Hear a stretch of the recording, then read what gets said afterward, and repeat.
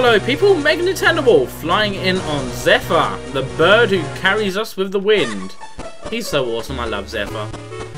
In fact, I wouldn't mind him instead of a Epona. I mean, okay, say I was actually living in medieval times or medieval-ish. I wouldn't mind a flying bird that flew me places, even though I don't have enough arm strength to, like, hold myself up. Well, it depends for how long. Probably not that long. So it could get me across a river, possibly. Not that big of one. So yeah, I guess it depends on arm strength, or unless he's gripping your arm. But then your clothes would kind of be, you know, in a lot of... Ooh, hearts. You know, whatever. Anyway, basically, heal up with them, and get ready to head on to the Palace of Winds. But be sure to do all those Kinstone fusions first I did before. I can't stretch how important that is to do the Kinstone fusions. But before you enter this place here, or complete it. Preferably before you enter this place. Anyway, what an irritation! We found a way to the very top of those clouds, and now we have to go even higher to find a float. Now we have to go even higher to find a floating palace. I can't believe what a long way we've come, and look how high we are. Don't look down, Wolf, and watch your step. It's a long fall from here. Okay, he's got a point. Let's look on map. Okay, we can't because it's a dungeon map. But, okay, we climbed the source of the flow, yes? It is a very high mountain, pretty much as high as Mount Corona, I'd say.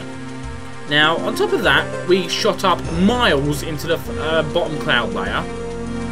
Shot up miles again to another cloud layer that the house was resting on. Climbed that house, and now we shot up miles again to get to this palace area. How freaking high are we? Look, buddy, I have the bow of light. You don't want to mess with me. Fuck you. Yeah, so how high are we? Yeah, take it. In fact, I'm going to take you down as well. Come here. Come on. Come on. No. Be a good reanimated walking skeleton. If you are reanimated and you're not just a demonic being, I'm not sure. Come on. Yeah, take it. Boom. So, yeah, now that we have the bow of light, it does a lot more damage. That, and I have 99 arrows from the quiver, so which is also good. Get out our magic boomerang. Hit that.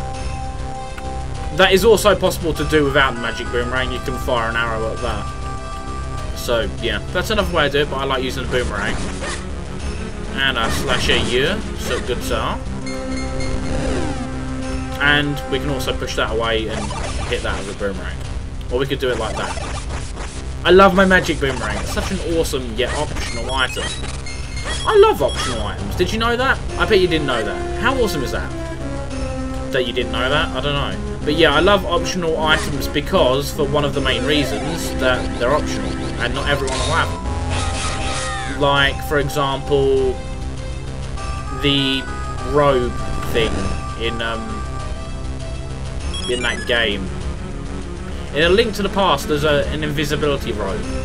A bit like the one in Harry Potter. You know, the one I'm talking about that makes you invisible? If you don't know what I'm talking about, it's an optional item, so there's a reason for that. Blow them up. Could avoid them, but I like blowing them up instead. It's less effort. But less cool as well. So I best stop doing that. Anyway, yeah. There was also another optional item in that game, which was the Cane of Sabrara. Okay. The Cane of something, I'm not sure its name. It may have been Sabrojno or something very similar. I could be completely wrong because my remembering... Wow, you... No, not you! Not you. I know what you're up to. I know your game. Fuck you, buddy. Wow. I think the boomerang blows these things up instantly because it sticks in place, so... Boomerangs are good for dealing with bombs, if you need them to blow up on a spot. Which is a good thing. Or at least a magic boomerang. I'm not sure which. Ooh, yay, light arrows. There's a fluffy cloud floating here. It's awful comfortable. Yeah, actually, I don't know, does it? It looks a bit square. A boomerang of doom! Thank you. Basically, you have to... That looks suspicious. Not that. This. Nope, not suspicious. Couldn't blow it up. Oh well. Onwards and, I guess, upwards. Which is an actual accurate statement because we're heading on upwards.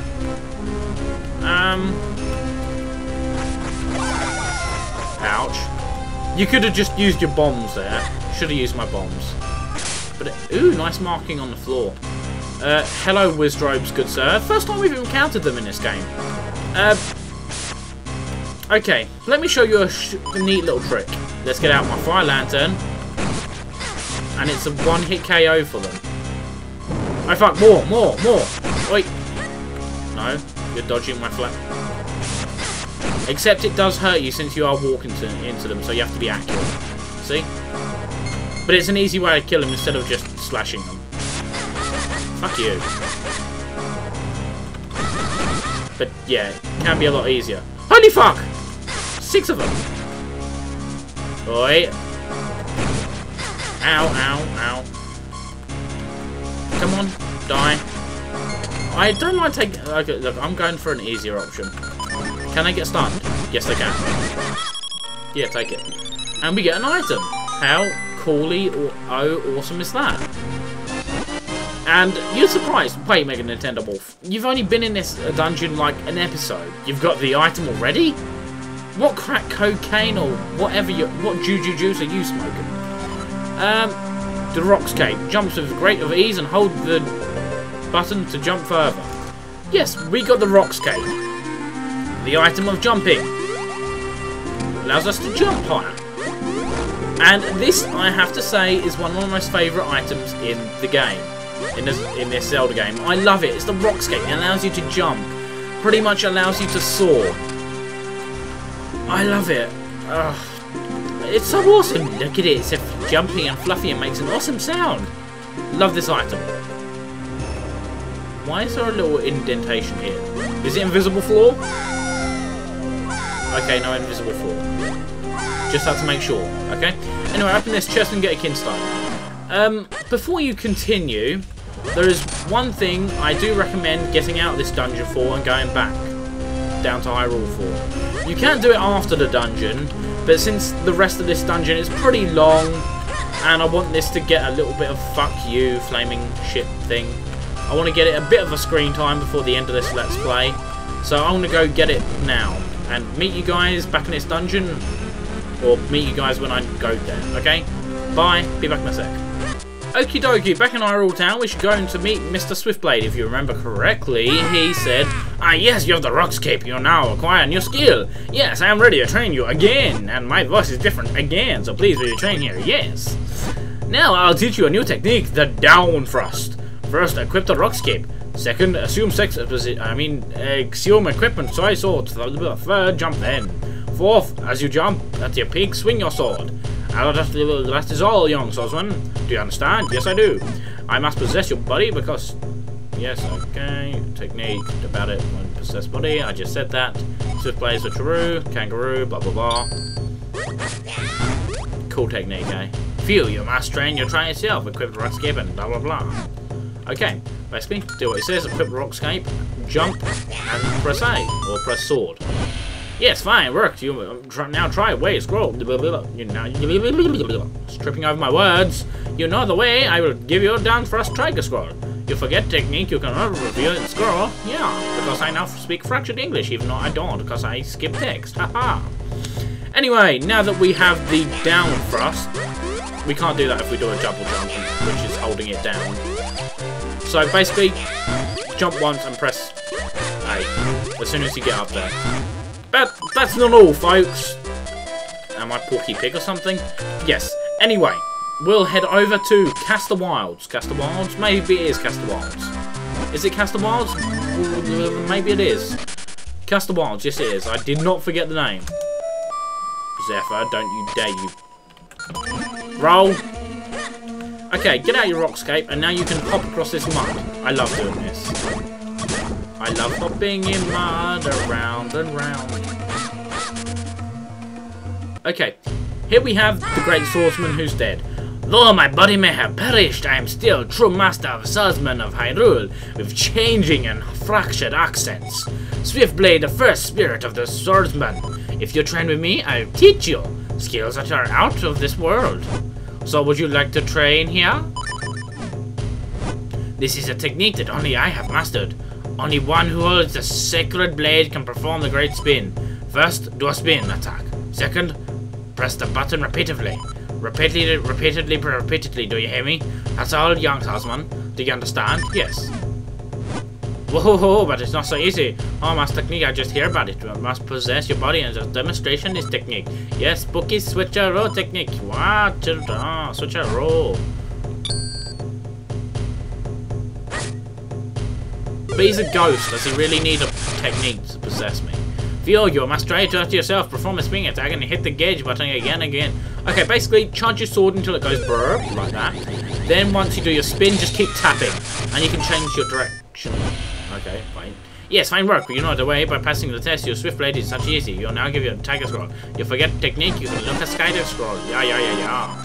This is the last ultimate technique of swords. Yes. You can get this guy once you've got all the other tiger scrolls. So that's all 7 of them.